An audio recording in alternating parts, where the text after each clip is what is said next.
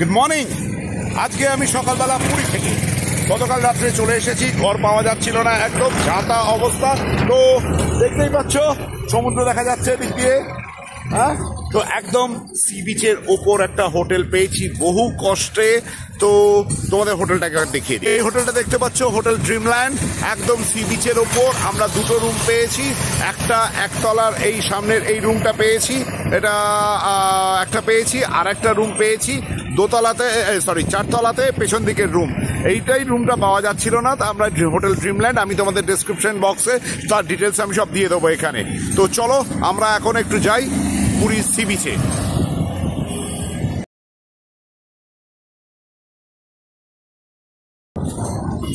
চলো এখন সি বিচে নামছি, এখন বিচের একদম কাছে পৌঁছচ্ছি।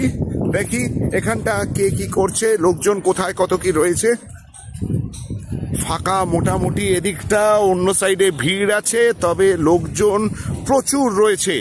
তবে এখন একটা প্ল্যানিং রয়েছে একটা প্যারাগ্লাইডিং করার।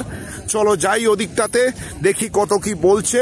প্যারাগ্লাইডিং করব, দুজনে মিলেই করব, ও করবে আমিও করব।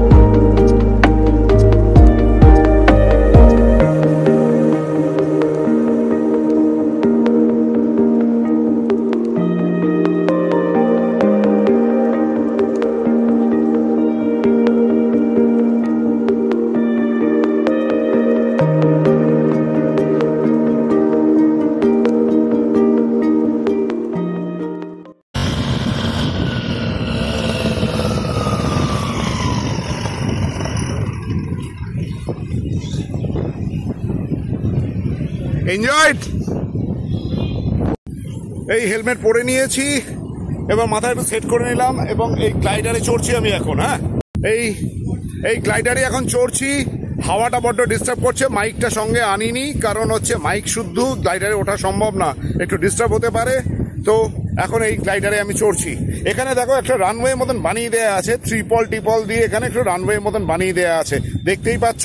তো চলো ওপরে উঠি, দিয়ে তোমাদেরকে দেখাচ্ছি সব।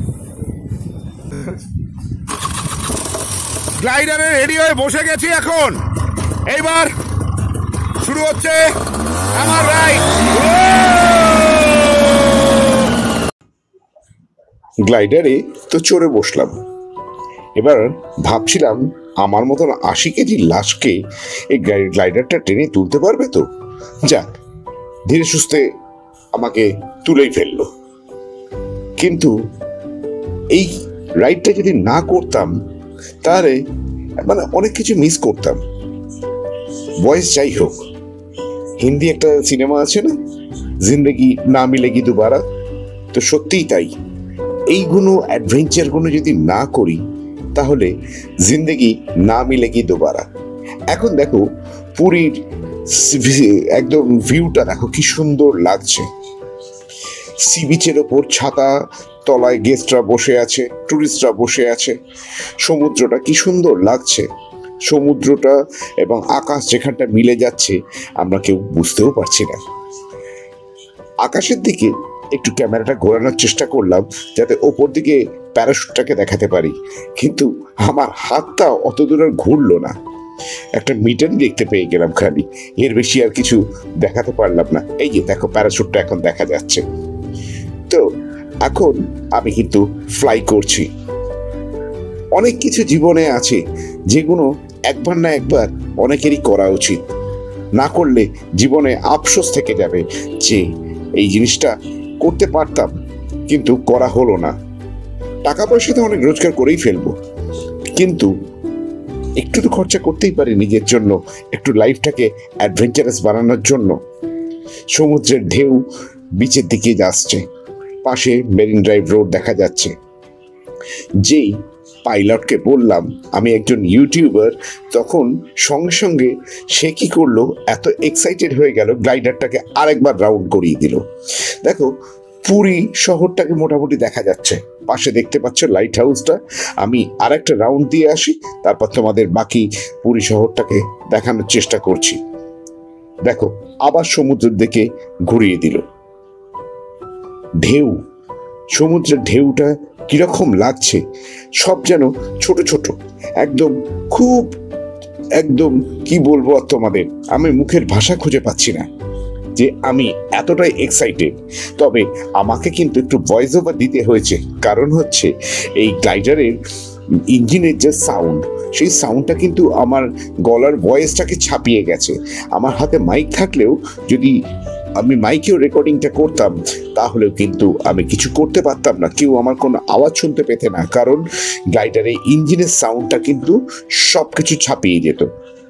দেখো এখন পুরী শহরটার মধ্যে সি বিচ সাইডে যত হোটেল আছে সেগুলোকে দেখা যাচ্ছে, এবং লাইট হাউসটা দেখতেই পাচ্ছ। আমি এখন লাইট হাউসের ওপরের হাইটে রয়েছি, এবং এটা ঘোরার পর আস্তে আস্তে গ্লাইডার কিন্তু ল্যান্ড করতে যাচ্ছে।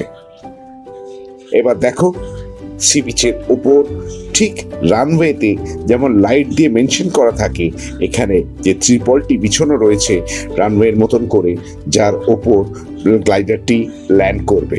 তা না হলে যদি ত্রিপলটি না থাকে তাহলে হবে কি, গ্লাইডারের চাকা কিন্তু বালিতে বসে গিয়ে একটা দুর্ঘটনা ঘটতে পারে। এই দেখো এরা কিন্তু মার্ক করে দিল, আস্তে আস্তে নেমে এলাম। সত্যি অসাধারণ জিনিস, দারুণ জিনিস এনজয় করলাম। অসাধারণ রাইড হয়ে গেল আমার একটা।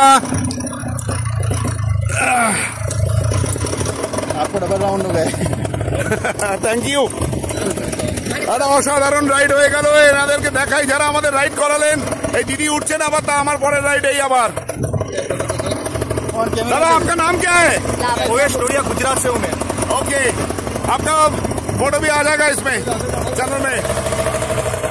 ओके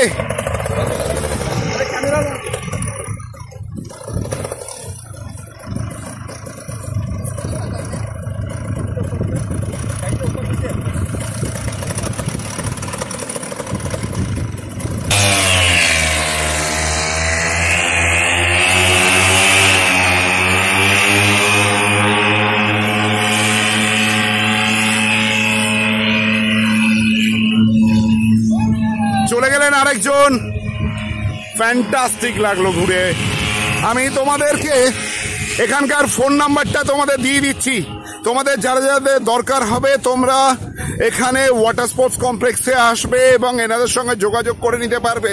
এই হচ্ছে ওনাদের ফোন নাম্বার, ঠিক আছে। এখানে প্যারাগ্লাইডিং হচ্ছে। জেট স্কি হচ্ছে এবং মোটরবোট স্পোর্টসও হচ্ছে। এখানে সমুদ্রের ভেতরে নিয়ে যাচ্ছে। এইখানে এরকম কাউন্টার রয়েছে। তো এই দাদা বসে আছেন, এনার মুখ হলিয়ে না। তো তো এই দাদা থ্রুতেই হবে এটা, ঠিক আছে। এবং কাউন্টারটা এখানেই সমস্ত কিউআর কোড রয়েছে। এখান থেকে তোমরা সমস্ত টিকিটের ব্যবস্থা করতে পারো। আচ্ছা, তাহলে আগেরটা প্যারাগ্লাইডিং তোমরা দেখলে এবং আমরা নয়, ও যাচ্ছে এখন একটা জেট স্কি করতে। এখানে ক্যামেরাটা নিয়ে যাওয়া যাবে না, কারণ হচ্ছে জল লেগে যাবে। অ্যাকশন ক্যামেরাও আমার ওয়াটারপ্রুফ ক্যামেরা, কিন্তু সেটা ওখানে লাগাবার অপশন নেই। ওখানে তুমি হ্যান্ডেলের মধ্যে যে ফিক্স করে দেবে সেই ক্যামেরাটা ওখানে লাগানোর অপশন নেই। তো সুতরাং কিছু করার নেই, আমরা অ্যাকশন ক্যামেরা বা আমাদের মোবাইল ক্যামেরা নিয়ে আমরা একদম জলের মধ্যে যেতে পারছি না। আমি তোমাদের সি বিচে দাঁড়িয়েই তোমাদের দেখাচ্ছি। আমি এর বেশি তো ওখানে যেতে পারছি না, কারণ হচ্ছে তোমরা বুঝতেই পারছো যে জল লেগে যাবে, তাহলে ক্যামেরা, আমার গিম্বল সেট সব কিছু নষ্ট হয়ে যাবে। তো এখন আমার ছেলে চলেছে ওখানে, আমি ওটা আর করছি না, কারণ আমি জেট স্কি এর আগে অনেকবার করেছি। তো তখন তো সব ইউটিউবে ভিডিও এইসব আপলোড করতাম না। এই ওকে নিয়ে যাচ্ছে এখন ভেতরে, সমুদ্রের ভেতরে। ওরা মোটামুটি 1.5 কিলোমিটার নিয়ে যাবে, 1.5 কিলোমিটার ফেরত আনবে। এসে গেছে বোটের পাইলট।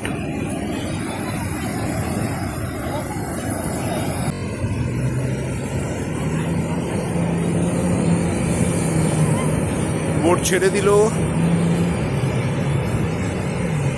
ঢেউয়ের মধ্যে দিয়ে যাচ্ছে।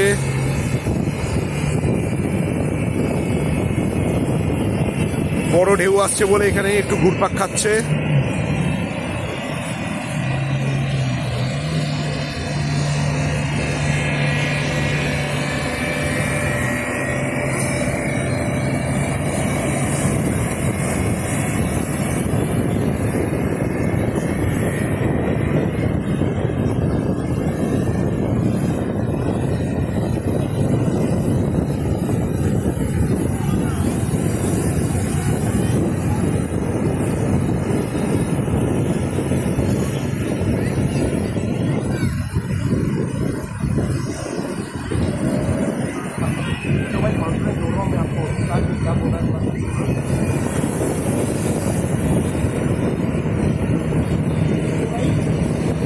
অনেকটা দূরে চলে গেছে, আমি ফুল জুম করতে পারছি না আর।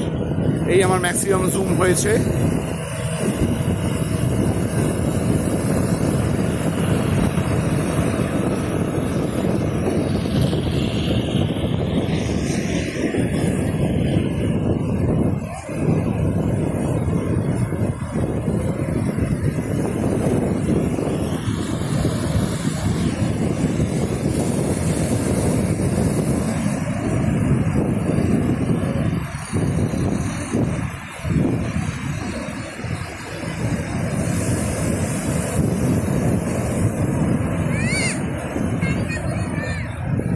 এদের বক্তব্য 1.5 কিলোমিটার। এখন আমরা তো এখান থেকে বুঝতে পারবো না, বা গাড়ি কোনো স্পিডোমিটার নেই যে আমরা, মাইল মিটার নেই যে আমরা বুঝতে পারবো। তো ঠিক আছে, নিয়ে আসছে, ঢেউয়ের মধ্যে দিয়ে আসছে।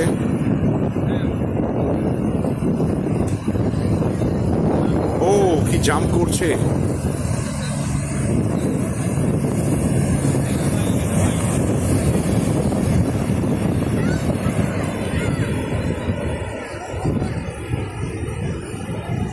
এসে গেছে ঘুরে।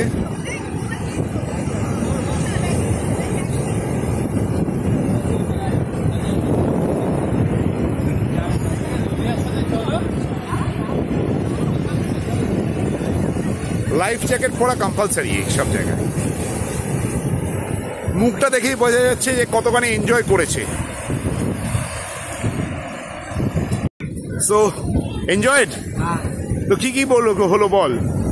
একদম ভিতরে নিয়ে যাবো হলো অনেক দূর। তারপর ওইখানে গিয়ে একটু কিছুক্ষণ এরকম হলো, জিগজ্যাগ হলো। আচ্ছা, তারপর একটু ওই সাইড দিয়ে ঘোরা হলো, অনেকগুলো কি ওয়েভস আসছিল, ওর মধ্যে কি বলবো, জেট স্কিটা নিয়ে এসে গেল।